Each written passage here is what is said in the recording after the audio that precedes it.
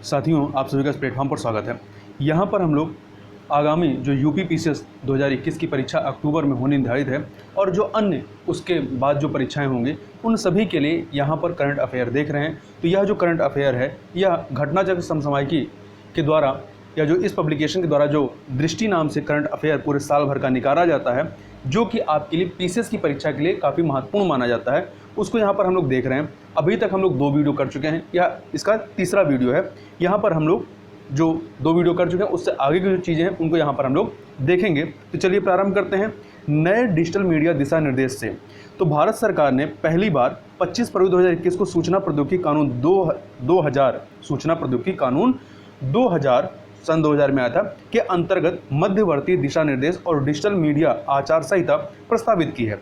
यह आचार संहिता जो है 3 महीने की पूर्व नोटिस, तो ध्यान रखिएगा कितने महीने की पूर्व नोटिस, तो 3 महीने की पूर्व नोटिस के रूप में लाई गई थी, जिसे 25 मई 2021 को लागू किया गया।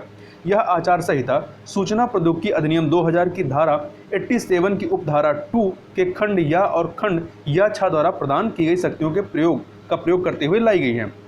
इससे संबंधित जो महत्वपूर्ण फैक्ट हैं वो यह है कि व्हाट्सएप, यूट्यूब, फेसबुक, इंस्टाग्राम और ट्विटर आदि मध्यवर्ती, तो यह ध्यान रखिएगा ये जो WhatsApp, YouTube, Facebook, Instagram, Twitter, ये जो सोशल मीडिया हैं ये मध्यवर्ती माने जाते हैं। तो इन मध्यवर्तियों के लिए आचार संहिता में यह प्रावधान किया गया कि ये यथास्थित अपनी वेबसाइट, मोबाइल आधारित अनुप्रयोग या एप्लीकेशंस या दोनों पर किसी व्यक्ति द्वारा अपने कंप्यूटर संसाधनों तक पहुंच या उपयोग के लिए नियम और विनियमन, प्राइवेसी नीति और उपभोगकर्ता करार को प्रकाशित करेंगे। मध्यवर्ती अपने उपभोगकर्ता को यह बताएंगे कि वह ऐसी किसी सूचना को होस्ट, प्रदर्शित, अपलोड, रूपांतरित, प्रकाशित, प्रसारित, भंडारित या अपडेट नहीं करेंगे या साझा नहीं करेंगे जो कौन सी कंडीशन है, तो यहाँ पे 3 कंडीशन बताई गई हैं। जो किसी अन्य व्यक्ति से संबंध रखती है, जिसके प्रति उपभोगकर्ता के पास कोई अधिकार नहीं है। दूसरा, अपमानजनक है, वह जो कंटेंट है वह अपमानजनक है, अश्लील है, कामोद्दीपक है, बाल यौन शोषण संबंधी है या किसी दूसरे व्यक्ति की निजता को भंग करने वाली है, निंदाकारी है इत्यादि। तीसरा क्या है, बालक अर्थात 18 वर्ष से कम उम्र के लिए हानिकारक है। तो ये आपके कंटेंटों के बारे में बताया गया है। मध्यवर्ती को अपने शिकायत अधिकारी का नाम और संपर्क ब्यौरों के साथ उस पूरे तंत्र का प्रकाशन अपनी वेबसाइट पर करना होगा जिसके जरिए किसी शिकायत का निवारण किया जाना है। शिकायत अधिकारी 24 घंटे के भीतर मामले को अभिस्वीकार करेगा और इसकी प्राप्ति की तारीख से 15 दिनों के भीतर इसका निपटारा करेगा। तो ये महत्वपूर्ण फैक्ट है, इसको याद रखिएगा। मध्यवर्ती मुख्य अनुपालक की नियुक्ति करेगा। जो अधिनियम यहाँ अधिनियम से तात्पर्य क्या है, सूचना प्रौद्योगिकी अधिनियम से है, जो अधिनियम और उसके अधीन बनाए गए नियमों का अनुपालन सुनिश्चित करने के लिए उत्तरदायी होगा। आचार संहिता डिजिटल मीडिया के लिए उक्त नियमों, विनियमों और करार के अनुपालन को सुनिश्चित करने के अतिरिक्त कुछ विशेष प्रावधान भी करती है। इसके अनुसार प्रकाशकों के संबंध में की गई शिकायतों के समाधान के लिए त्रिस्तरीय संरचना होगी। कौन सी? प्रथम स्तर पर प्रकाशकों द्वारा स्वतः विनियमन, दूसरा स्तर जो है प्रकाशकों के स्वतः विनियामक निकायों द्वारा स्वतः विनियमन, ठीक है। तीसरा, केंद्रीय स्तर द्वारा निरीक्षण क्रियाविधि। तो ये 3 त्रिस्तरीय संरचना होगी इनके जो शिकायतें उनके समाधान के लिए। आचार संहिता के संबंध में प्रकाशक द्वारा प्रकाशित अंतर वस्तु के बारे में शिकायत करने वाला व्यक्ति शिकायत समाधान क्रियाविधि पर अपनी शिकायत प्रस्तुत कर सकेगा।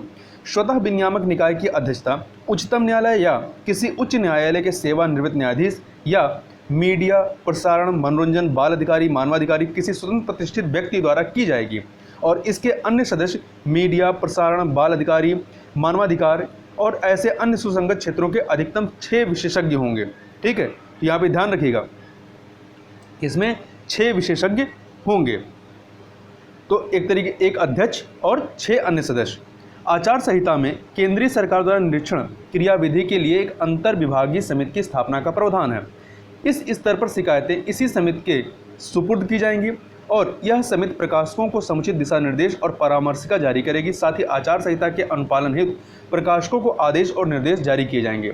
इस हेतु मंत्रालय द्वारा प्राधिकृत अधिकारी के रूप में ऐसे व्यक्ति को जो भारत सरकार के संयुक्त सचिव के स्तर से नीचे का ना हो, तो यहाँ महत्वपूर्ण फैक्ट है कि ऐसा व्यक्ति जो संयुक्त सचिव के स्तर से नीचे का ना हो उसे नियुक्त किया जाएगा। आगे बात कर लेते हैं विधानसभा चुनाव 2021 के बारे में। तो यहाँ एक फैक्ट के रूप में याद रखिएगा कि वर्ष 1951-52 में वर्ष 1951-52 में देश का पहला आम चुनाव होता है और इस समय लोकसभा और विधानसभा चुनाव दोनों एक साथ कराए जाते हैं। अभी वर्ष 2021 में अप्रैल मई में 4 राज्यों केरल, पश्चिम बंगाल, असम, तमिलनाडु, तो नाम याद रखिएगा कौन कौन से, केरल, पश्चिम बंगाल, असम, तमिलनाडु, 4 राज्यों और एक केंद्र शासित प्रदेश पुडुचेरी में चुनाव संपन्न कराए गए हैं। तो यहाँ पर हम लोग जो इससे संबंधित महत्वपूर्ण फैक्ट उनको देखें तो सबसे पहले पश्चिम बंगाल विधानसभा चुनाव की बात करें तो यह चुनाव जो है आपका 8 चरणों में कराया गया। कितने चरणों में? 8 चरणों में कराया गया है, ठीक है। और इसमें कितनी सीटों के लिए मतदान किया गया? तो 292 विधानसभा सीटों के लिए। ऐसे देखा जाए तो यहाँ पर जो विधानसभा सीटों की जो संख्या है वो 295 है, 295, जिसमें से एक जो है एंग्लो इंडियन के लिए आरक्षित है, जबकि जो 2 अन्य हैं उसमें से 2 चूँकि 292 पे ही हुआ है, तो 2 विधानसभा सीटों पे जो उम्मीदवार थे आपका एक शमशेरगंज और जंगीपुर में, यहाँ विधानसभा प्रत्याशियों की मृत्यु के कारण चुनाव संपन्न नहीं हो पाया, इसलिए 292 विधानसभा सीटों पर मतगणना कराई गई। इन 294 सीटों में से 213 सीटों पर अखिल भारतीय तृणमूल कांग्रेस और 77 सीटों पर भारतीय जनता पार्टी ने और 1 सीट स्वतंत्र उम्मीदवार तथा 1 सीट राष्ट्रीय सेकुलर मजलिस पार्टी ने जीती है। तो यहाँ पर जो अखिल भारतीय तृणमूल कांग्रेस है इनको 213 सीटें और जो मतदान प्रतिशत है वो टोटल का 47.9%, वहीं भारतीय जनता पार्टी को 77 सीटें मिली हैं और परसेंटेज के रूप में 38.1% वोट इनको मिले हैं। यहाँ पर आगे चलते हैं हम लोग वर्ष 1962 के बाद। वर्ष 1962 के बाद से यह पहला अवसर है जब पश्चिम बंगाल विधानसभा में वामपंथी दलों का प्रतिनिधित्व नहीं है और ममता बनर्जी पश्चिम बंगाल की लगातार तीसरी बार मुख्यमंत्री बनी है। तो ये महत्वपूर्ण फैक्ट है, कौन सी बार मुख्यमंत्री बनी है? तीसरी बार बनी है। और यद्यपि वो जिस विधानसभा सीट से नंदीग्राम से चुनाव लड़ रही थी वहाँ से ये हार गई थी। अगला देखते हैं तमिलनाडु विधानसभा चुनाव के बारे में। तो यहाँ पर राज्य विधानसभा की कितनी सीटें हैं? तो 234 हैं। 234 विधानसभा सीटों के लिए चुनाव यहाँ पर एक ही चरण में कराया गया, ठीक है, और सबकी मतगणना जो है 2 मई को ही कराई गई थी। तो इन 234 विधानसभा सीटों में से 133 सीटें डीएमके को, 66 सीटें एआईडीएमके को और 18 सीटें जो है भारतीय राष्ट्रीय कांग्रेस ने और 4 सीटें भारतीय जनता पार्टी ने जीती थी। और वहीं डीएमके के नेता एमके स्टालिन ने तमिलनाडु के नए मुख्यमंत्री के रूप में शपथ ग्रहण लिया है। तमिलनाडु में सत्ता की बागडोर जो पिछले 10 वर्ष थे वो एआईडीएमके ऑल इंडिया अन्ना द्रविड़ मुनेत्र के हाथों में थी। अब केरल विधानसभा चुनाव के बारे में बात कर लेते हैं। तो यहाँ पर राज्य विधानसभा की 140 सीटें थी। इन 140 सीटों में से 71 सीटें जिसको मिलेगी वो बहुमत हासिल कर लेता। तो कम्युनिस्ट पार्टी ऑफ इंडिया मार्क्सवादी के नेतृत्व में वाम लोकतांत्रिक मोर्चा एलडीएफ ने केरल विधानसभा में 99 सीटें जीतने में कामयाबी हासिल की है, जबकि संयुक्त लोकतांत्रिक मोर्चा यूडीएफ केवल 41 सीटों पर ही जीत हासिल कर चुकी है। और पिनराई विजयन ने केरल के मुख्यमंत्री के रूप में शपथ ग्रहण किया। और यहाँ पे एक फैक्ट ये भी याद रखें, केरल के गठन के बाद से पहली बार किसी मुख्यमंत्री ने लगातार दूसरे कार्यकाल हेतु शपथ ग्रहण किया है। आगे चलते हैं, अगला है असम विधानसभा चुनाव के बारे में बात करें। तो असम विधानसभा चुनाव में यहाँ पर 126 विधानसभा सीटों के लिए मतदान हुए और ये जो मतदान हुए वो 3 चरणों के तहत कराए गए हैं। इसमें भारतीय जनता पार्टी के नेतृत्व वाले राष्ट्रीय जनतांत्रिक गठबंधन ने 126 सदस्यीय असम विधानसभा के लिए हुए चुनाव में 75 सीटों पर जीत हासिल की। मतलब बीजेपी नेतृत्व वाली जो गठबंधन थी उसको 75 सीटें मिली हैं, जबकि विपक्षी भारतीय राष्ट्रीय कांग्रेस के नेतृत्व वाले महागठबंधन को केवल 50 सीटों में 50 सीटें ही मिली हैं। और असम के 15वें मुख्यमंत्री के रूप में राज्यपाल जगदीश मुखी ने हेमंत बिस्वा शर्मा को शपथ दिलाई। अब पुडुचेरी विधानसभा के बारे में बात करें तो पुडुचेरी विधानसभा को यहाँ पर देखते हैं, एक सेकंड। तो यहाँ पर चुनाव एक चरण में ही हुआ और इसमें यहाँ पर राज्य विधानसभा की कुल कितनी सीटें हैं? तो 30 सीटें हैं। इसमें विधानसभा चुनाव में राष्ट्रीय जनतांत्रिक गठबंधन अर्थात राजग को सत्ता प्राप्त करने के लिए जो आवश्यक सीटें हैं वो मिल गई, मतलब उन्होंने बहुमत हासिल किया। इन 30 सीटों में से 6 सीटें जो हैं वो राजग में शामिल, 6 सीटें भाजपा ने और इनके साथ के जो सहयोगी थे उन्होंने 10 सीटें हासिल करके बहुमत हासिल किया था। और एन रंगास्वामी जो कि ऑल इंडिया एनआर कांग्रेस, ये बीजेपी के सहयोगी रहे हैं, इनको जो है पुडुचेरी का नया मुख्यमंत्री बनाया गया है। आगे देखते हैं ताप विद्युत संयंत्रों में बायोमास के प्रयोग पर राष्ट्रीय मिशन के संबंध में। तो देखिए, धान एवं अन्य फसलों की कटाई के बाद अवशेष के रूप में प्राप्त पराली को खेतों में जलाने के बजाय उसे संग्रहित एवं प्रसंस्कृत कर उसका बायोमास ईंधन के रूप में ऊर्जा उत्पादन में प्रयोग किया जा सकता है। एक अनुमान के अनुसार उत्तर पश्चिम भारत में लगभग 30 से 40 मिलियन मीट्रिक टन धान की भूसी ये अप्रयुक्त रह जाती है और उसे जला दिया जाता है। यदि इस अवशेष या पराली को कोयला आधारित ऊर्जा संयंत्रों में कोयले के साथ मिश्रित कर उसका दहन किया जाए तो इससे प्रतिवर्ष 45,000 मिलियन यूनिट विद्युत उत्पादन किया जा सकता है। इससे संबंधित महत्वपूर्ण फैक्ट की बात करें तो मई 2021 में केंद्रीय विद्युत मंत्रालय द्वारा कोयला आधारित ताप विद्युत संयंत्रों में बायोमास के प्रयोग पर एक राष्ट्रीय मिशन स्थापित करने का निर्णय लिया गया। इस प्रस्तावित मिशन की अवधि कितनी है? न्यूनतम 5 वर्ष होगी। और इस मिशन के जो उद्देश्य हैं उनको यदि देखें तो तापीय ऊर्जा संयंत्रों से अधिक मात्रा में कार्बन रहित ऊर्जा उत्पादन हेतु बायोमास को फायरिंग। अब ये बायोमास को फायरिंग क्या है, इसको भी आगे हम लोग देख लेंगे। तो उत्पादन हेतु बायोमास को फायरिंग के वर्तमान 5% के स्तर में वृद्धि कर उसे उच्च स्तर तक ले जाना तथा बायोमास पेलेट तथा कृषि अवशेषों की आपूर्ति श्रृंखला में बाधाओं को दूर करना एवं विद्युत संयंत्रों तक इसके परिवहन को सुगम बनाना। तीसरा जो उद्देश्य है, बायोमास को फायरिंग के संबंध में नियामक मुद्दों पर विचार करना। इस मिशन के अंतर्गत विद्युत मंत्रालय के सचिव की अध्यक्षता में एक संचालन समिति की परिकल्पना की गई है, जिसमें नवीन और नवीकरणीय ऊर्जा मंत्रालय, पेट्रोलियम और प्राकृतिक गैस मंत्रालय इत्यादि के प्रतिनिधियों सहित सभी हितधारक इसमें शामिल होंगे। और प्रस्तावित राष्ट्रीय मिशन में एनटीपीसी लिमिटेड रसद एवं बुनियादी ढांचा संबंधी सहायता देने में बड़ी भूमिका निभाएगा। अब यहाँ पर बायोमास को फायरिंग के बारे में बात कर लेते हैं। तो किसी बॉयलर के भीतर प्राकृतिक गैस तथा कोयले जैसे अन्य ईंधनों के साथ बायोमास पदार्थों के सम्मिश्रण तथा दहन को बायोमास को फायरिंग कहते हैं।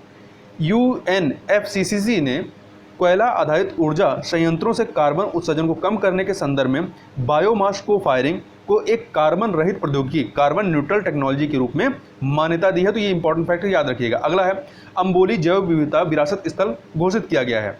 तो देखिए, स्थानीय निकायों के परामर्श से राज्य सरकारें जो हैं वो जैव विविधता महत्व के क्षेत्रों को जैव विविधता अधिनियम 2002 की धारा 37 के तहत जैव विविधता विरासत स्थल के रूप में अधिसूचित करती हैं। अब यहाँ इससे संबंधित जो महत्वपूर्ण फैक्टर उसकी यदि बात करें तो 31 मार्च 2021 को महाराष्ट्र सरकार ने सिंधुदुर्ग जिले में पश्चिमी घाट स्थित अंबोली में एक क्षेत्र को जैव विविधता विरासत स्थल बायोडाइवर्सिटी हेरिटेज साइट घोषित किया है। कहाँ पे? महाराष्ट्र के सिंधुदुर्ग जिले में, ठीक है, जो कि पश्चिमी घाट में है। इसे जैव विविधता अधिनियम 2002 के तहत जैव विविधता विरासत स्थल घोषित किया गया है। उल्लेखनीय है कि सामंतवाड़ी तहसील जो कि सिंधुदुर्ग जिला में स्थित है, तो सामंतवाड़ी तहसील में अंबोली के निकट ठाकरे वाइल्ड लाइफ फाउंडेशन के नेतृत्व में शोधकर्ताओं के एक दल ने मृदु जल में पाई जाने वाली मछली की एक दुर्लभ प्रजाति सिस्टूरा हिरण्यकेशी की खोज की है। ये जो सिस्टूरा हिरण्यकेशी है यह मृदु जल में या मीठे जल में पाई जाने वाली सिस्टूरा नामक मछली की एक दुर्लभ प्रजाति है या दुर्लभ उप प्रजाति है। इस मछली का नामकरण अंबोली गांव के निकट बहने वाली हिरण्यकेशी नदी के नाम पर किया गया। तो ध्यान रखिएगा, हिरण्यकेशी नदी कहाँ पर प्रवाहित होती है? तो महाराष्ट्र में प्रवाहित होती है। उल्लेखनीय है कि अंबोली क्षेत्र हिरण्यकेशी नदी के उद्गम स्थल तथा देवी पार्वती के मंदिर के लिए जाना जाता है। मृदु जल में पाई जाने वाली मछली की इन दुर्लभ प्रजातियों के आवास को जैव विविधता विरासत स्थल घोषित करने का निर्णय मत्स्यन गतिविधियों के परिणामस्वरूप इन्हें विलुप्त होने से बचाने के लिए किया गया है। यह महाराष्ट्र में अंबोला जो है महाराष्ट्र में 5वां ऐसा जैव विविधता विरासत स्थल है। तो ध्यान रखिएगा, यहाँ का पहला जैव विविधता विरासत स्थल नहीं बल्कि 5वां है। इससे पहले जो थे वो आपके गढ़चिरौली जिले में ग्लोरी ऑफ अल्लापल्ली, पुणे में गणेशखिंड, सिंधुदुर्ग में जिले में मिरिस्टिका दलदल वनस्पति तथा जलगांव में लैंडोर खोरी पार्क को जैव विविधता विरासत स्थल के तौर पर घोषित किया गया था। आगे बात करते हैं सुजल जल से पेयजल मिशन के संबंध में। तो याद रखिएगा सुजल क्या है? तो ये नल से पेयजल मिशन है। तो 26 जुलाई 2021 को उड़ीसा के मुख्यमंत्री नवीन पटनायक ने उड़ीसा के पुरी में सुजल नल से पेयजल मिशन को लॉन्च किया है। इसी के साथ पुरी भारत का ऐसा पहला शहर बन गया जहां के लोगों को सीधे नल से 24 घंटे लगातार उच्च गुणवत्ता का पेयजल प्राप्त हो सकेगा। भारत के किसी भी मेट्रोपॉलिटन शहर में अभी तक ऐसी सुविधा उपलब्ध नहीं है। ऐसी सुविधा केवल विश्व स्तरीय शहरों जैसे लंदन, न्यूयॉर्क एवं सिंगापुर इत्यादि में उपलब्ध है। पुरी में सार्वजनिक स्थानों पर उच्च गुणवत्ता युक्त पेयजल उपलब्ध कराने वाले नलों की स्थापना से प्लास्टिक वाटर बॉटल के प्रयोग को हतोत्साहित किया जाएगा, जिससे प्रतिवर्ष 400 मीट्रिक टन प्लास्टिक अवशिष्ट के उन्मूलन में सहायता मिलेगी। आगे बात कर लेते हैं राष्ट्रीय दुर्लभ रोग नीति 2021 के संदर्भ में। तो देखिए, स्वास्थ्य एवं परिवार कल्याण मंत्रालय द्वारा जुलाई 2017 में दुर्लभ रोगों के उपचार हेतु एक राष्ट्रीय नीति national policy for treatment of rare disease प्रतिपादित की गई थी। हालांकि इस नीति के क्रियान्वयन में विभिन्न चुनौतियों के सामने आने के फलस्वरूप इसकी समीक्षा हेतु नवंबर 2018 में एक विशेषज्ञ समिति का गठन किया गया था। विशेषज्ञ समिति की रिपोर्ट के आधार पर 13 जनवरी 2020 को एक नई राष्ट्रीय दुर्लभ रोग नीति के मसौदे को सार्वजनिक किया गया था। केंद्र सरकार ने विभिन्न हितधारकों और विशेषज्ञों के साथ व्यापक परामर्श के बाद राष्ट्रीय दुर्लभ रोग नीति 2021 को अंतिम रूप दिया है। इससे संबंधित जो महत्वपूर्ण फैक्ट है उनको यदि बात करें तो 30 मार्च 2021 को केंद्रीय स्वास्थ्य एवं परिवार कल्याण मंत्रालय ने राष्ट्रीय दुर्लभ रोग नीति 2021 को स्वीकृति प्रदान की है। ज्ञातव्य है कि मार्च 2021 में दिल्ली उच्च न्यायालय ने केंद्र सरकार को 31 मार्च 2021 तक दुर्लभ बीमारियों के संबंध में राष्ट्रीय स्वास्थ्य नीति को अंतिम रूप देने एवं उसे अधिसूचित करने का निर्देश दिया था। राष्ट्रीय दुर्लभ रोग नीति 2021 के अनुसार दुर्लभ रोगों को निम्न 3 समूहों में वर्गीकृत किया गया है। पहला समूह क्या है? ऐसे रोग जिसको एक बार उपचार की आवश्यकता होती है, एक बार उपचार की आवश्यकता वाले विकार। समूह 2 है, इसमें दीर्घकालिक या आजीवन उपचार की आवश्यकता वाले विकार आते हैं। समूह 3 में ऐसे रोग जिनके लिए निश्चित उपचार उपलब्ध है लेकिन इनके उपचार की लागत बहुत अधिक है। केंद्र सरकार द्वारा समूह 1 जिसमें एक बार उपचार की आवश्यकता वाले विकार हैं, समूह 1 के तहत सूचीबद्ध दुर्लभ रोगों के पीड़ितों को राष्ट्रीय आरोग्य निधि योजना के अंतर्गत 20 लाख रुपए तक की वित्तीय सहायता प्रदान की जाएगी। इस वित्तीय सहायता का लाभ देश के लगभग 40% ऐसी जनसंख्या को प्रदान किया जाएगा जो आयुष्मान भारत प्रधानमंत्री जन आरोग्य योजना के तहत केवल सरकारी तृतीयक अस्पतालों में उपचार हेतु पात्र हैं। इस नीति में एक क्राउड फंडिंग तंत्र की भी परिकल्पना, जिसके द्वारा दुर्लभ रोगों के उपचार हेतु एक सुदृढ़ IT प्लेटफॉर्म के माध्यम से कॉर्पोरेट क्षेत्र को वित्तीय सहायता प्रदान करने हेतु प्रोत्साहित किया जाएगा। उत्कृष्ट केंद्रों के संकाय का गठन किया जाएगा। Consortium of centres of excellence का गठन किया जाएगा। यह रोकथाम एवं उपचार प्रयासों के मध्य समन्वय स्थापित करेगा। दुर्लभ रोगों की रोकथाम एवं उपचार से संबंधित विभिन्न गतिविधियों हेतु अन्य उत्कृष्टता केंद्रों के साथ समन्वय के लिए नई दिल्ली में जो एम्स है, इसको नोडल अस्पताल बनाया गया है। दुर्लभ रोगों के व्यापक प्रबंधन के लिए केंद्र सरकार प्रमुख सरकारी अस्पतालों में चुनिंदा उत्कृष्टता केंद्रों को अधिसूचित करेगी तथा इन उत्कृष्टता केंद्रों को स्क्रीनिंग हेतु अवसंरचना विकास, परीक्षण, उपचार प्रत्येक हेतु अधिकतम 5 करोड़ रुपए तक का एक मुफ्त अनुदान प्रदान किया जाएगा। दुर्लभ रोगों हेतु चिकित्सा विज्ञान पर अनुसंधान एवं विकास के लिए राष्ट्रीय कंसोर्टियम का गठन किया जाएगा, जिसका संचालन स्वास्थ्य अनुसंधान विभाग द्वारा किया जाएगा, जिसमें ICMR एक सदस्य होगा। ठीक है, ICMR जो है आपका एक इसमें सदस्य होगा। आगे बात कर लेते हैं दुर्लभ रोगों के बारे में। तो दुर्लभ रोगों की कोई सार्वभौमिक या मानक परिभाषा नहीं है। विश्व स्वास्थ्य संगठन दुर्लभ बीमारी को अक्सर जीवन भर के लिए दुर्बल करने वाली ऐसी बीमारी या विकार के रूप में परिभाषित करता है जो प्रति 1000 जनसंख्या में 1 या उससे कम लोगों को प्रभावित करती है। और ये विभिन्न देशों में इसकी परिभाषा अलग अलग है। जैसे कि अमेरिका में जो है 10,000 की जनसंख्या पर 6.4 लोगों को यदि ऐसा रोग है तो उसे दुर्लभ रोग माना जाएगा। इसी प्रकार से यूरोप में 10,000 की जनसंख्या पे 5 लोगों को। तो इस प्रकार से ये अलग अलग जगह पे अलग अलग इसकी डिफिनेशन है। वहीं यदि भारत के बारे में बात करें तो भारत में व्यापकता के आधार पर दुर्लभ रोगों को परिभाषित करने के लिए आंकड़े उपलब्ध नहीं है। अतः भारत में दुर्लभ बीमारियों की कोई निश्चित परिभाषा नहीं है। इस समस्या के समाधान हेतु भारतीय आयुर्विज्ञान अनुसंधान परिषद ICMR द्वारा अस्पताल आधारित दुर्लभ रोगों हेतु राष्ट्रीय registry national registry for rare disease के निर्माण की प्रक्रिया प्रारंभ की गई है। सामान्यतः भारत में किसी रोग या विकार को दुर्लभ रोग तब कहा जाता है जब वह प्रति 2500 जनसंख्या में से 1 या उससे कम लोगों को प्रभावित करता है। भारत में अब तक लगभग 7,000 से 8,000 ऐसी बीमारियां दर्ज हुई हैं जिन्हें वैश्विक स्तर पर दुर्लभ रोगों की संज्ञा दी गई है। इनमें प्रमुख हैं Pompe disease, cystic fibrosis, haemophilia, thalassaemia, Wolman disease इत्यादि। आगे बात कर लेते हैं इसी में अंतर्राष्ट्रीय दुर्लभ रोग दिवस के बारे में। तो प्रतिवर्ष या प्रत्येक वर्ष फरवरी माह के अंतिम दिन या तो ये 28 तारीख होगा या तो 29 तारीख होगा। तो फरवरी माह के अंतिम दिन अंतर्राष्ट्रीय दुर्लभ रोग दिवस मनाया जाता है। 28 फरवरी 2021 को 14वें अंतर्राष्ट्रीय दुर्लभ रोग दिवस को मनाया गया था। जो पहला मनाया गया था वो मनाया गया था 29 फरवरी 2008 को। आगे बात कर लेते हैं आज़ादी के अमृत महोत्सव के बारे में। तो ये जो है आज़ादी का अमृत महोत्सव भारत की स्वतंत्रता की 75वीं वर्षगांठ बनाने के लिए भारत सरकार द्वारा आयोजित कार्यक्रमों की एक श्रृंखला है।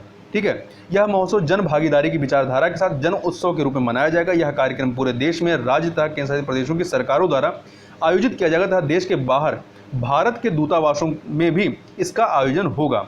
इससे संबंधित महत्वपूर्ण फैक्ट की बात करें तो भारत स्वतंत्रता की 75वीं वर्षगांठ, ये 75वीं वर्षगांठ कब होगा? 15 अगस्त 2022 को।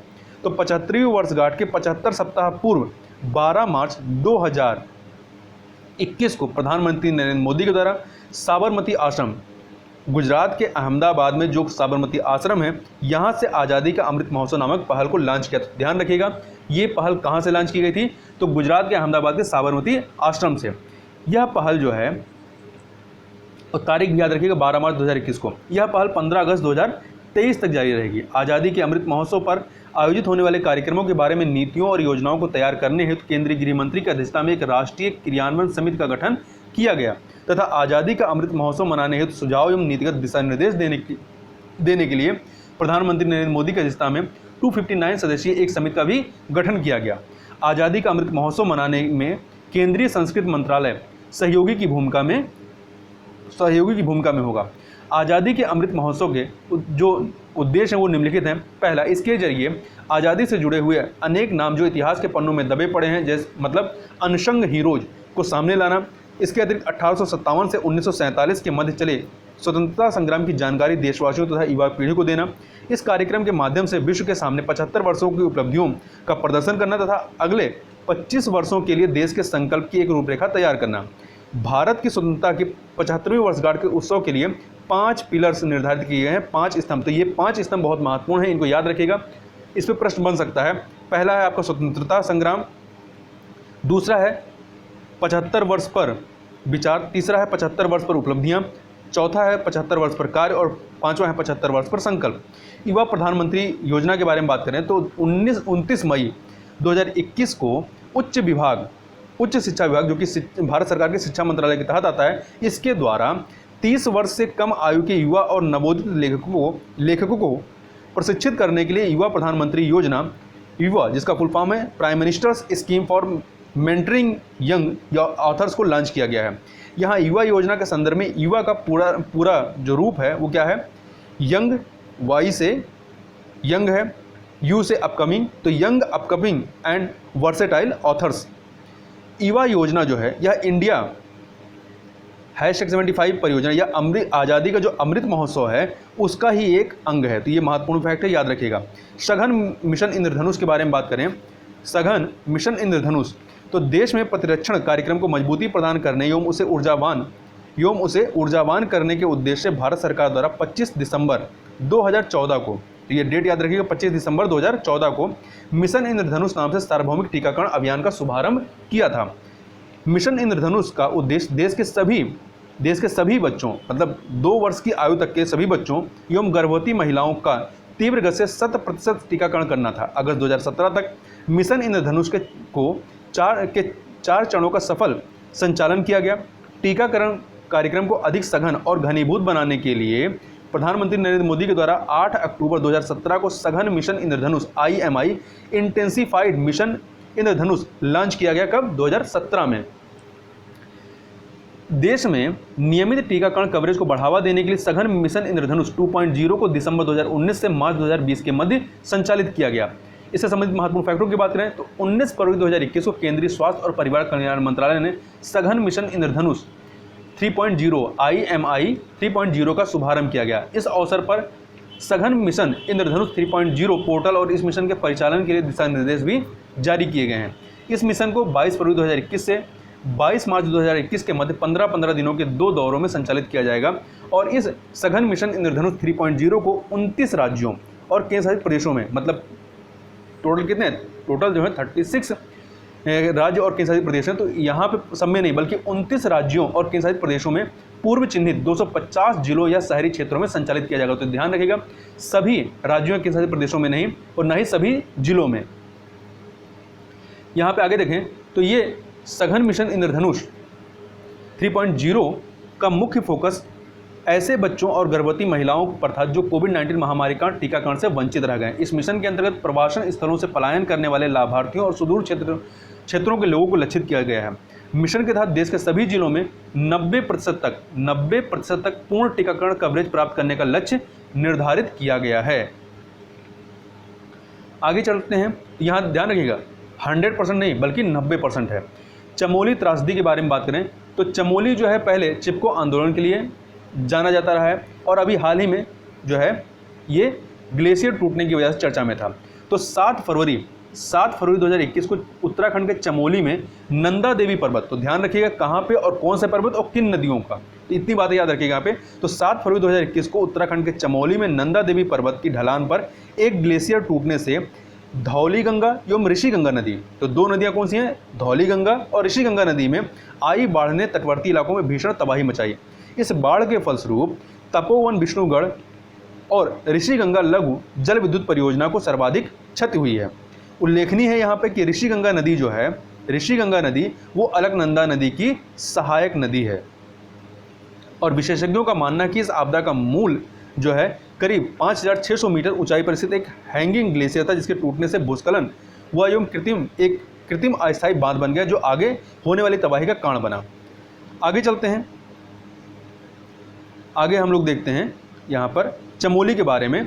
तो अगस्त 2021 में उत्तराखंड के चमोली जिले के माना गांव में, कहाँ पे, चमोली जिले के माना गांव में भारत के सबसे ऊंचाई वाले हर्बल पार्क का उद्घाटन किया गया। इस हर्बल पार्क को केंद्र सरकार की प्रतिपूरक वनीकरण कोष प्रबंधन और योजना प्राधिकरण, जिसे शॉर्ट में हम लोग कैंपा के नाम से जानते हैं, compensatory afforestation fund management and planning authority, Campa योजना के तहत विकसित किया गया है। यह 11,000 फीट की ऊंचाई पर स्थित भारत चीन सीमा के करीब है। जो माना गांव है ये चीन की सीमा से लगे चमोली के अंतिम भारतीय गांव है। यह रतले पनबिजली परियोजना के बारे में बात करें तो 20 जनवरी 2021 को प्रधानमंत्री की अध्यक्षता में केंद्रीय मंत्रिमंडल ने 850 मेगावाट क्षमता की रतले पनबिजली परियोजना में 5,281.94 करोड़ रुपए के निवेश को स्वीकृति प्रदान की है। यह परियोजना, महत्वपूर्ण यह है कि यह परियोजना केंद्र शासित प्रदेश जम्मू कश्मीर के किश्तवाड़ा जिले में चेनाब नदी पर स्थित है। इससे संबंधित अन्य महत्वपूर्ण फैक्टरों की बात करें तो यह जो परियोजना है यह एक रन ऑफ द रिवर परियोजना है, मतलब इसके पानी को रोका नहीं जाएगा। रतले बिजली परियोजना का कार्यान्वयन राष्ट्रीय जल विद्युत निगम NHPC और जम्मू कश्मीर राज्य विद्युत विकास निगम लिमिटेड JKSPDC की हिस्सेदारी वाली एक नई संयुक्त उद्यम कंपनी द्वारा किया जाएगा। इस संयुक्त उद्यम कंपनी का निगमन 1 जून 2021 को किया गया, जिसमें राष्ट्रीय जल विद्युत निगम एवं इसकी हिस्सेदारी जो है 51%, वहीं जम्मू कश्मीर राज्य विद्युत विकास निगम लिमिटेड JKSPDC की हिस्सेदारी 49% है और इस परियोजना को 60 माह की अवधि के अंदर चालू किया जाएगा। अब यहाँ पर जो जम्मू कश्मीर में जो अन्य निर्माणाधीन पनबिजली परियोजना है उनको भी एक बार देख लें तो क्वार पनबिजली परियोजना ये चेनाब नदी पर है और किश्तवाड़ जिले में स्थित है। वहीं किरथाई 2 पनबिजली परियोजना ये भी चेनाब नदी पर है और किश्तवाड़ में ही है। शावलकोट पनबिजली परियोजना चेनाब नदी पर और रामबन में स्थित है। वहीं उरी प्रथम पनबिजली परियोजना ये आपका झेलम नदी पर है और बारामूला में। वहीं दुलहस्ती पनबिजली परियोजना चेनाब नदी पर और किश्तवाड़ा में। तो यहाँ ध्यान रखिएगा केवल आपकी उरी पनबिजली परियोजना जो है वो झेलम में है, झेलम पे जाके बाकी जो अन्य यहाँ पे लिखे गए हैं क्वार पनबिजली परियोजना, किरथाई पनबिजली परियोजना, सावलकोट पनबिजली परियोजना और दुलहस्ती ये सभी आपके चेनाब नदी पर है। आगे बात करते हैं भारत नवाचार सूचकांक 2020 के संबंध में। तो देखिए नीति आयोग ने अक्टूबर 2019 में भारत नवाचार सूचकांक के प्रथम संस्करण को लॉन्च किया था, जो भारत में राज्य स्तर पर नवाचार परितंत्र का विश्लेषण करने तथा उसे बढ़ावा देने हेतु एक उपयोगी साधन है। तो ध्यान रखिएगा प्रथम संस्करण कब आया था, 2019 में आया था। इससे संबंधित महत्वपूर्ण फैक्टर को देखें तो 20 जनवरी 2021 को नीति आयोग ने भारत नवाचार सूचकांक का दूसरा संस्करण जारी किया है। ठीक है, इस रिपोर्ट को तैयार करने में गुरुग्राम स्थित इंस्टीट्यूट फॉर कॉम्पिटिटिवनेस जो है ये ज्ञान भागीदार नॉलेज पार्टनर के रूप में शामिल रहा है। इस सूचकांक को निम्न 2 मुख्य शीर्षकों के अंतर्गत सूचीबद्ध किया गया। पहला है इनेबलर्स और दूसरा है प्रदर्शन या परफॉर्मेंस। तो इनेबलर्स में क्या है, इस सूचकांक में नवाचार हेतु किए गए निवेश को इनेबलर्स के माध्यम से मापा गया है। जबकि प्रदर्शन की बात करें तो किसी अर्थव्यवस्था के अंतर्गत संचालित नवाचार संबंधी गतिविधियों के परिणाम रिजल्ट और आउटपुट को इस शीर्षक के तहत शामिल किया गया है। तो यहाँ पर आगे देखते हैं हम लोग। तो इस सूचकांक में भारत के 36 राज्यों तथा केंद्र शासित प्रदेशों को शामिल किया गया है। भारत नवाचार सूचकांक 2020 में 0 से 100 के पैमाने पर स्कोर प्रदान किया गया है, जहां 0 सबसे खराब प्रदर्शन है और 100 नवाचार के संदर्भ में सर्वश्रेष्ठ प्रदर्शन को इंगित करता है। भारत नवाचार सूचकांक में समग्र रूप से भारतीय राज्यों का स्कोर 23.4 है, जबकि 2019 में जो है 15.6 था समग्र स्कोर। जो यहाँ नवाचार के संदर्भ में विकास एवं सुधार की अपार संभावनाओं को प्रदर्शित करता है। यदि आप बड़े राज्यों की बात करें तो बड़े राज्यों में कर्नाटक प्रथम स्थान पर था तथा बिहार जो है बड़े राज्यों में 17 राज्यों को शामिल किया गया, जिसमें से कर्नाटक नंबर 1 पर है और बिहार सबसे निचले स्तर पर है या निचले पावदान पर है। वहीं उत्तर पूर्वी पहाड़ी राज्यों में नवाचार के संदर्भ में हिमाचल प्रदेश जो है सर्वश्रेष्ठ है और वहीं मेघालय अंतिम स्थान पर है। और केंद्र शासित प्रदेशों या शहरी केंद्र शासित प्रदेशों में यदि देखें तो इसमें आपका दिल्ली प्रथम स्थान पर है, जबकि लक्षद्वीप जो है अंतिम स्थान पर है। यदि सारी कैटेगरी को हटाकर यदि देखा जाए तो नंबर 1 पर आप देखेंगे तो दिल्ली सर्वश्रेष्ठ प्रदर्शनकर्ता राज्य है या केंद्र शासित प्रदेश है। अब यहाँ पर जो 3 अलग अलग कैटेगरी में जो सूचकांक उनको देखें तो भारत नवाचार सूचकांक 2020 में शीर्ष बड़े राज्य कौन से हैं, तो इसमें आपका कर्नाटक का नंबर 1 पर है, महाराष्ट्र 2 पे, तमिलनाडु 3 पे, तेलंगाना 4 पे और केरला 5 पे है। कर्नाटक, महाराष्ट्र, तमिलनाडु, तेलंगाना और केरल। वहीं इनेबलर्स घटक के संदर्भ में शीर्ष 5 राज्य कौन से हैं, तो बड़े राज्यों कैटेगरी में केरल आपका इनेबलर्स मतलब जहां इन्वेस्टमेंट ज़्यादा हो रहा है तो केरल पहले नंबर पे है, दूसरे पे आपका तमिलनाडु है, तीसरे पे कर्नाटक है, चौथे पे महाराष्ट्र और 5वें पे आंध्र प्रदेश है। वहीं उत्तर पूर्वी पहाड़ी राज्यों में देखें तो इनेबलर्स कैटेगरी में सिक्किम नंबर 1 पर है, मणिपुर दूसरे पे है, हिमाचल प्रदेश तीसरे पे है, उत्तराखंड चौथे पे और मिजोरम 5वें पे है। वहीं केंद्र शासित प्रदेश या शहरी राज्य या छोटे राज्यों के संबंध में यदि बात करें इनेबलर्स कैटेगरी में तो चंडीगढ़ नंबर 1 पर है, दिल्ली दूसरे पे है, गोवा तीसरे पे है, पुडुचेरी चौथे पे है और अंडमान एवं निकोबार द्वीप समूह 5वें पे है। वहीं आगे चलते हैं, आगे प्रदर्शन घटक के परफॉर्मेंस वाला जो घटक है इसके संदर्भ में जो शीर्ष 5 राज्य हैं तो बड़े राज्यों कैटेगरी में आपका कर्नाटक आएगा, फिर दूसरे पे महाराष्ट्र, तीसरे पे तमिलनाडु, चौथे पे तेलंगाना और 5वें पे उत्तर प्रदेश। तो यहाँ ध्यान देने वाली बात है कि प्रदर्शक घटक के संदर्भ में उत्तर प्रदेश जो है शीर्ष 5 राज्यों में शामिल है और 5वें स्थान पर है। वहीं उत्तर पूर्वी एवं पहाड़ी राज्यों की बात करें तो यहाँ पर नंबर 1 पे उत्तराखंड है, दूसरे पे हिमाचल प्रदेश, तीसरे पे असम, चौथे पे मणिपुर और 5वें पे मिजोरम है। वहीं संघ शासित प्रदेश और शहरी राज्य या छोटे राज्यों की यदि बात करें तो इसमें नंबर 1 पे दिल्ली है, फिर दूसरे पे चंडीगढ़ है, तीसरे पे दमन दीव है, चौथे पे दादर और नगर हवेली और 5वें पे पुडुचेरी है। भारत नवाचार सूचकांक 2020 में बड़े राज्यों की श्रेणी में उत्तर प्रदेश को 9वां स्थान भी दिया गया है, बड़े राज्यों की श्रेणी में, ठीक है, भारत नवाचार सूचकांक में, जबकि पिछले वर्ष इसे 7वां स्थान प्रदान किया गया था। इसी प्रकार इनेबलर्स घटक के संदर्भ में बड़े राज्यों में उत्तर प्रदेश जो है प्रदेश को 16वां स्थान, जबकि प्रदर्शन घटक के संदर्भ में 5वां स्थान प्रदान किया गया है। आगे बात कर लेते हैं स्टैच्यू ऑफ यूनिटी के साथ रेल कनेक्टिविटी के संदर्भ में। तो स्टैच्यू ऑफ यूनिटी को भारत के पहले गृह मंत्री लौह पुरुष सरदार वल्लभ भाई पटेल की स्मृति में निर्मित किया गया है। इसे 31 अक्टूबर 2018 को सरदार पटेल की 143वीं जयंती के अवसर पर इस स्मारक का उद्घाटन किया गया। स्टैच्यू ऑफ यूनिटी की ऊंचाई 182 मीटर 182 मीटर है और यह विश्व की सबसे ऊंची प्रतिमा है। यह स्थित कहाँ है, तो गुजरात के नर्मदा जिले के केवड़िया नामक स्थान पर स्थित है। और इस स्टैच्यू ऑफ यूनिटी के जो मूर्तिकार रहे हैं वो कौन रहे हैं, श्री राम बी सुतार। यहाँ संबंधित महत्वपूर्ण फैक्टरों को देखें तो 17 जनवरी 2021 को प्रधानमंत्री ने वीडियो कॉन्फ्रेंसिंग के माध्यम से भारत के विभिन्न स्थानों से केवड़िया को जोड़ने के लिए 8 नई रेलगाड़ियों को हरी झंडी दिखाकर रवाना किया है। इसके अतिरिक्त प्रधानमंत्री ने Dabhoi Chandod broad gauge rail line, Chandod Kevadia नई ब्रॉडगेज रेलवे लाइन सहित अन्य परियोजनाओं का भी उद्घाटन किया। तो ध्यान रखें कितनी ट्रेनें जोड़ी गई हैं या इससे जोड़ने के लिए प्रस्तावित की गई हैं, 8 नई रेलगाड़ियों को हरी झंडी दी गई है। यहाँ पे इन ट्रेनों के नाम को आपको याद करने की कोई ज़रूरत नहीं है। आगे देखते हैं, भारतीय रेलवे के इतिहास में पहली बार जन शताब्दी एक्सप्रेस को नवीनतम विस्टा डोम पर्यटक कोच से लैस किया गया है। और ज्ञातव्य है कि new Kevadia railway station statue of unity से लगभग 6.5 किलोमीटर की दूरी पर स्थित है। सी प्लेन सेवा के बारे में बात करें तो 31 अक्टूबर 2020 को राष्ट्रीय एकता दिवस के अवसर पर उड़ान योजना के अंतर्गत देश की पहली व्यावसायिक सी प्लेन सेवा की शुरुआत की गई थी 31 अक्टूबर 2020 को।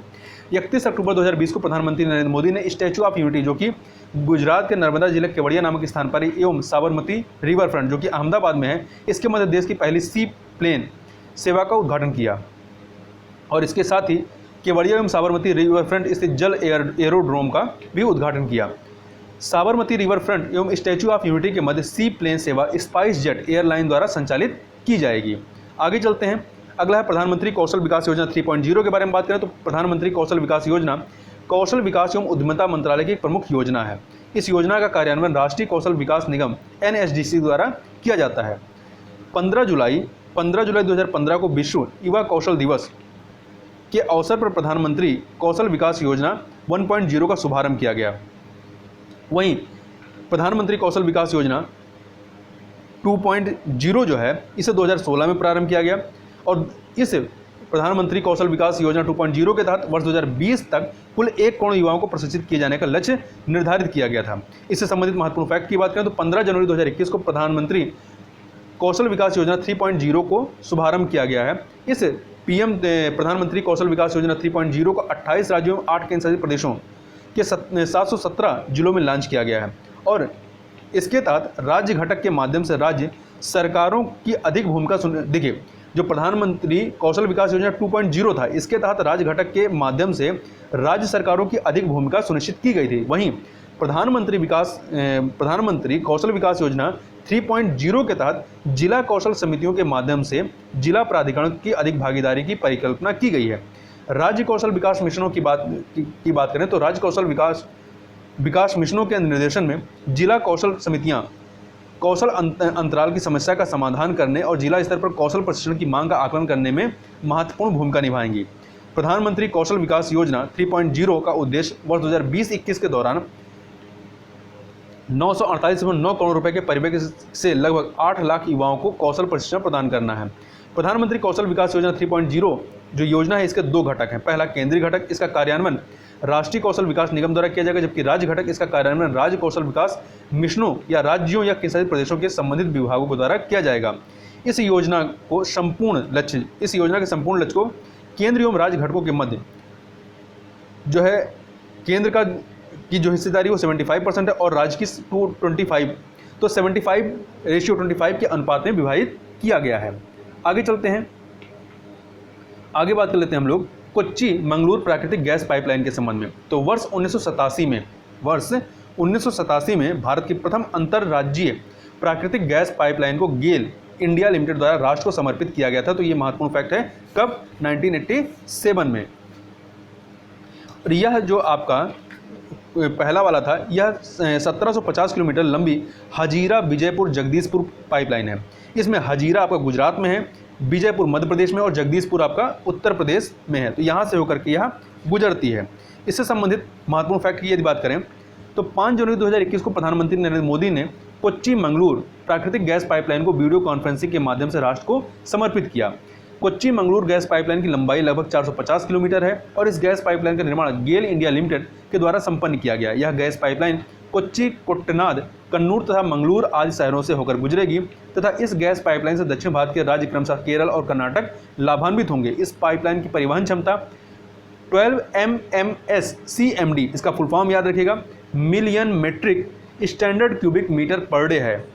वहीं यह पाइपलाइन कोच्चि मतलब केरल के कोच्चि स्थित LNG पुनर्गैसीकरण टर्मिनल से मंगलूर, जो कि कर्नाटक के दक्षिण कन्नड़ जिला में स्थित है मंगलूर, यहाँ तक प्राकृतिक गैस का परिवहन करेगी। इस दौरान यह केरल के एर्नाकुलम, त्रिशूर, पलक्कड़, मलप्पुरम, कोझिकोड, कन्नूर तथा कासरगोड जिलों से होकर गुजरेगी। केरल के पलक्कड़ जिले के कोट्टनाद जो है इस परियोजना का एक प्रमुख जंक्शन है, जहाँ से यह पाइपलाइन 2 शाखाओं में, एक आपका मंगलूर शाखा है, दूसरी तमिलनाडु शाखा, इसमें विभाजित हो जाती है। इसी में बात कर लेते हैं रामनाथपुरम थुथुकुंडी प्राकृतिक गैस पाइपलाइन के संबंध में। तो 17 फरवरी 2021 को प्रधानमंत्री ने इंडियन ऑयल कॉरपोरेशन को रामनाथपुरम थुथुकुंडी, जो कि तूतीकोरिन में स्थित है, प्राकृतिक गैस पाइपलाइन को राष्ट्र को समर्पित किया। यह पाइपलाइन 1445 किलोमीटर लंबी एन्नोर, तिरुवल्लुर, बेंगलुरु, पुडुचेरी, नागपट्टिनम, मदुरई, तूतीकोरिन प्राकृतिक गैस पाइपलाइन का 143 किलोमीटर लंबा खंड है। रामनाथपुरम थुथुकुंडी पाइपलाइन की क्षमता जो है वो 8 million metric standard cubic metre प्रति दिन है। आगे बात कर लेते हैं डोभी दुर्गापुर प्राकृतिक गैस पाइपलाइन के संबंध में। तो 7 फरवरी 2021 को प्रधानमंत्री नरेंद्र मोदी ने पश्चिम बंगाल के हल्दिया में डोभी आपका कहाँ पे है? बिहार में है, और पश्चिम बंगाल के दुर्गापुर, तो डोभी दुर्गापुर प्राकृतिक गैस पाइपलाइन को राष्ट्र को समर्पित किया। इस पाइपलाइन की लंबाई 348 किलोमीटर है और इस पाइपलाइन की क्षमता जो है वो 8 MMSCMD है। ठीक है, अर्थात 8 million metric standard cubic metre प्रति दिन है। यह पाइपलाइन प्रधानमंत्री ऊर्जा गंगा परियोजना का अंग है। यह पाइपलाइन प्रत्यक्ष रूप से पश्चिम बंगाल के अतिरिक्त बिहार एवं झारखंड के 10 जिलों को लाभान्वित करेगी। यह पाइपलाइन पश्चिम बंगाल को राष्ट्रीय गैस ग्रिड से जोड़ेगी। तथा इसके निर्माण से 11 लाख मानव दिवसों को रोजगार का सृजन होगा। साथ ही इसके लिए जो फंडिंग है, जो लागत दी जाएगी, वो किसके द्वारा किया जाएगा? फंडिंग वो गेल इंडिया लिमिटेड के द्वारा किया गया है। आगे बात करते हैं लाइट हाउस परियोजना के संबंध में। तो 1 जनवरी 2021 को प्रधानमंत्री नरेंद्र मोदी ने वर्चुअल माध्यम से लाइट हाउस परियोजना LHP की आधारशिला रखी है। यहाँ महत्वपूर्ण फैक्ट यह है कि इस परियोजना को 6 राज्यों के 6 स्थानों पर 6 अलग अलग प्रौद्योगिकियों का उपयोग करके पूरा किया जाएगा। तो 3 चीज यहाँ पे 3 बातें हैं इसमें, 6 राज्य, 6 स्थान और 6 अलग अलग प्रौद्योगिकियाँ। इससे संबंधित महत्वपूर्ण फैक्ट की बात करें तो लाइट हाउस परियोजना केंद्रीय आवासन एवं शहरी कार्य मंत्रालय की एक महत्वाकांक्षी परियोजना है।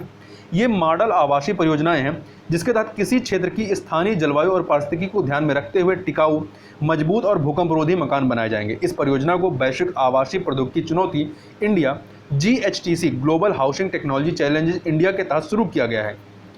इस LHP के तहत अर्थात लाइट हाउसिंग या लाइट हाउस जो परियोजना है, इसके तहत जो 6 राज्य और जो 6 स्थल चुने गए हैं वो कौन से हैं? त्रिपुरा से अगरतला है, झारखंड से रांची, मध्य प्रदेश से इंदौर, उत्तर प्रदेश से लखनऊ, गुजरात से राजकोट और तमिलनाडु से चेन्नई यहाँ पे मकान बनाए जाएंगे। इस परियोजना के तहत उपयुक्त राज्यों में प्रत्येक स्थान पर लगभग 1000 मकानों का निर्माण किया जाएगा और 6 अलग अलग स्थानों के लिए चयनित 6 विभिन्न प्रौद्योगिकियों को चयनित किया गया है। तो यहाँ पर हमारे लिए महत्वपूर्ण बस इतना है कि ये 6 स्थान और 6 राज्य कौन से, तो ध्यान रखिएगा। अगरतला से त्रिपुरा को लिया गया है, झारखंड से रांची को, मध्य प्रदेश से इंदौर को, उत्तर प्रदेश से लखनऊ को और गुजरात से राजकोट को और तमिलनाडु से चेन्नई को लिया गया है। लाइट हाउस जो परियोजना है इसके तहत मकानों का निर्माण अधिकतम 12 माह में पूर्ण करना होगा। और यहाँ पे ध्यान रखिएगा, वर्ष 2019 में प्रधानमंत्री ने वर्ष 2019-20 को निर्माण प्रौद्योगिकी वर्ष कंस्ट्रक्शन टेक्नोलॉजी ईयर घोषित किया था 2019-20 को। तो महत्वपूर्ण फैक्टर याद रखिएगा, निर्माण प्रौद्योगिकी वर्ष के अंक के रूप में प्रधानमंत्री ने लाइट हाउस परियोजना के अतिरिक्त नवाचारी निर्माण प्रौद्योगिकियों पर एक प्रमाणन पाठ्यक्रम सर्टिफिकेशन कोर्स जिसका नाम है नवरीति। तो ध्यान रखिएगा नवरीति क्या है? तो नवरीति जो है एक आपका प्रमाणन पाठ्यक्रम है, सर्टिफिकेशन कोर्स है। इसका पूरा नाम है new affordable validated research innovation technology for Indian housing, इसको लॉन्च किया है। तो इस प्रकार से यहाँ पर हम लोगों ने इतनी चीज़ों को देखा। इससे आगे की चीज़ों को हम लोग नेक्स्ट वीडियो में कवर करेंगे। तो इस वीडियो में बस इतना ही, मिलते हैं नेक्स्ट वीडियो में, तब तक के लिए बहुत बहुत धन्यवाद।